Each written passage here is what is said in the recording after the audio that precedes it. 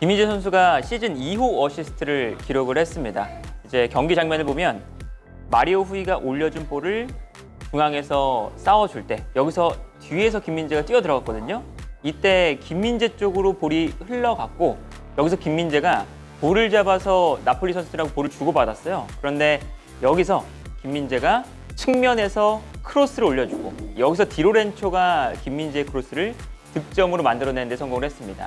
이 김민재 선수가 시즌 2호 어시스트고 사실은 자신의 공격 능력을 어느 정도 좀 발휘한 장면이었는데 오늘 경기가 사실 중요했던 건 어쨌든 김민재 선수가 지난 경기에서 경기력이 매우 좋지 않았고 그리고 전체적으로 나폴리가 좋지 않은 상황에서 김민재가 폼을 회복할 수 있느냐 없느냐 이 부분이 가장 중요했던 경기였거든요. 그리고 스팔레티 감독이 경기가 끝난 이후에도 이번 경기는 우리에게 매우 중요한 경기였다.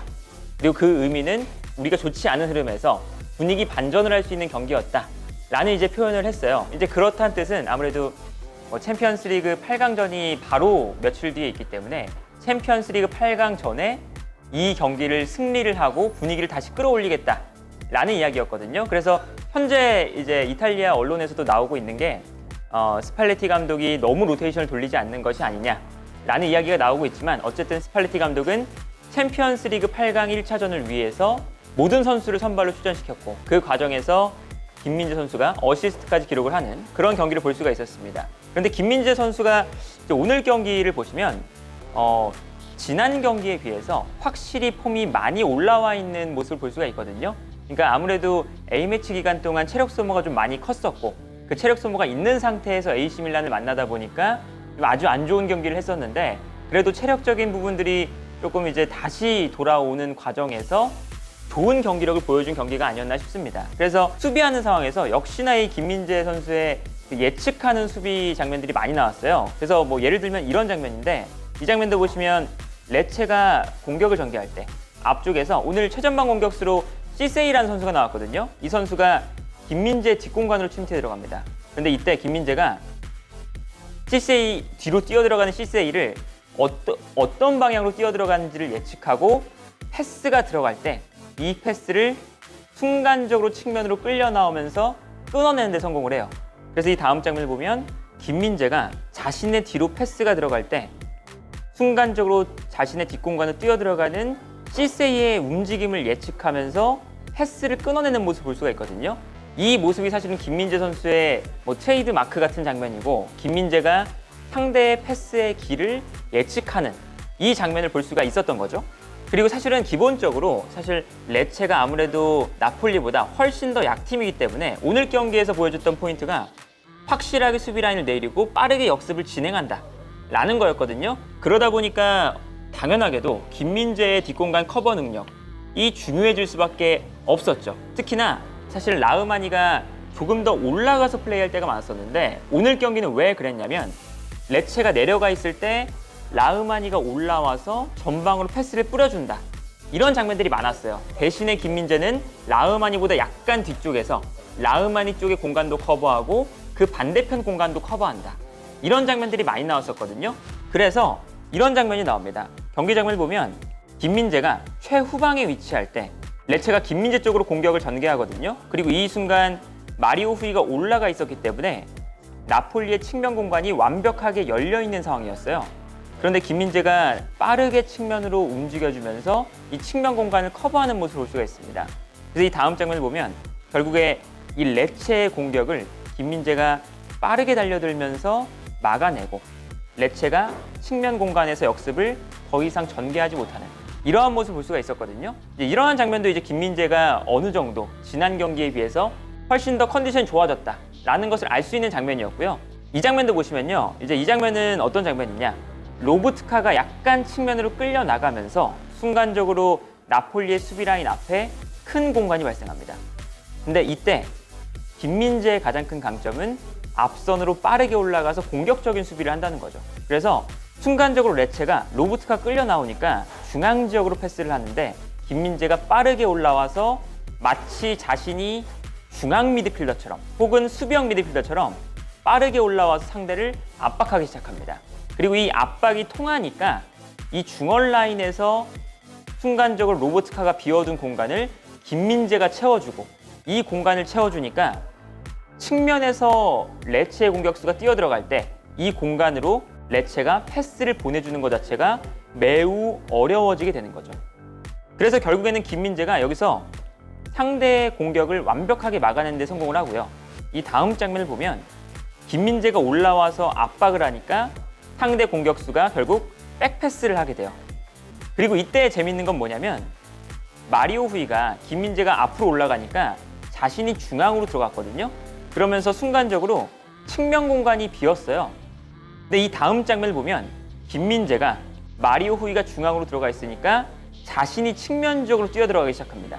그래서 레체가 마리오 후이가 비어있는 공간으로 패스를 보내주는데 결과적으로는 이 다음 장면을 보면 김민재가 빠르게 뛰어들어가면서 상대의 측면 공간을 확실하게 막아주는 모습을 볼 수가 있었습니다.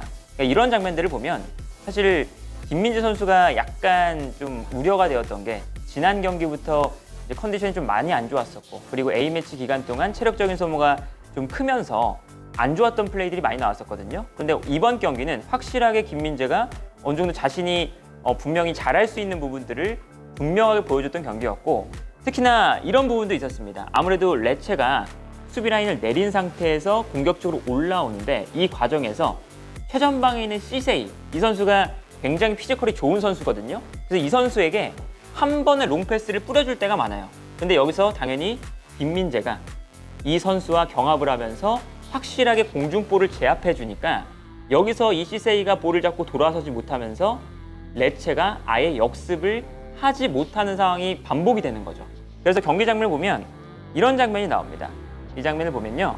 최후방에서 레체가 전방으로 길게 볼을 뿌려주는데 이때 앞선에서 시세이가 볼을 잡을 때 순간적으로 김민재가 올라와서 시세이의 볼을 차단해버리는 모습을 볼 수가 있거든요.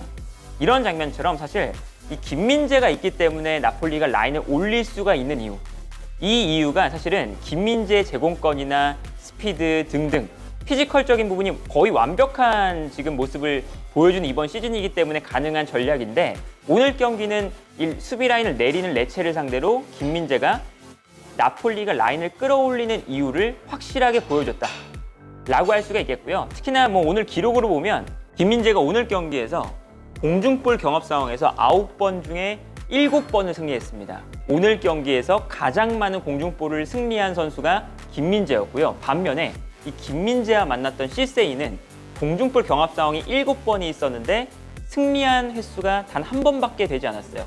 이제 그렇다는 뜻은 시세이 쪽으로 계속 공중볼이 넘어갔는데 김민재가 차단을 해내면서 시세이가 오늘 경기에서 아무런 영향력을 발휘하지 못했다 라고 볼 수가 있는 부분이 아닐까 싶고요.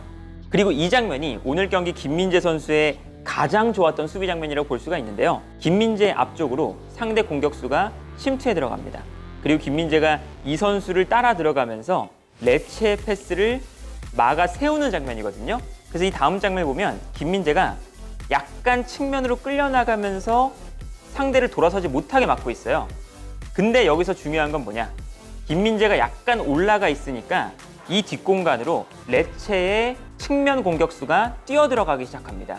그런데 김민재가 이 자기 뒷공간으로 뛰어들어가는 선수를 예측을 하고 이 다음 장면을 보면 어떻게 되느냐? 김민재가 있을 때 그 뒷공간으로 측면 공격수 한 명이 뛰어들어가거든요. 그리고 뛰어들어가는 선수에게 패스가 들어가요.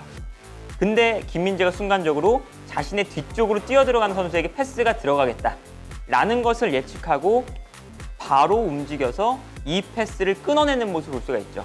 그래서 이 다음 장면을 보면 김민재가 결국 이 패스를 끊어내면서 자신의 뒷공간으로 뛰어들어가는 선수에게 패스를 허용하지 않는 모습을 볼 수가 있는데 이 장면이 김민재가 뒷공간을 얼마나 잘 커버하느냐 그리고 자신의 뒷공간으로 뛰어들어가는 선수를 예상하고 패스를 끊어내는 김민재의 완벽한 예측 능력까지 확인할 수 있는 장면이 아니었나 라는 생각이 들고요.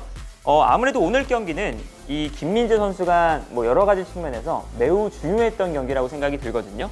아무래도 A매치 기간부터 사실은 뭐 멘탈적으로나 그리고 사실 피지컬적으로나 힘든 상황이 지속되면서 좀 안 좋은 장면들이 많이 나왔었고 그런데 이 스팔레티 감독이 표현했던 것처럼 이번 경기는 뭐 체력적으로는 조금 힘들지만 어쨌든 분위기 반전 챔피언스리그 8강 1차전을 위해서 아주 중요했던 경기였기 때문에 레체와의 경기가 나폴리 전체적으로 보면 그렇게 좋은 경기력은 아니긴 했지만 그래도 나폴리가 챔피언스리그 8강 1차전을 앞두고 분위기 반전을 할 수 있는 경기가 아니었나 라는 생각이 들고요. 김민재 선수 스스로도 사실은 이번 경기를 통해서 약간의 분위기 반전을 확실하게 이뤄낼 수 있었던 경기가 아니었나 싶습니다.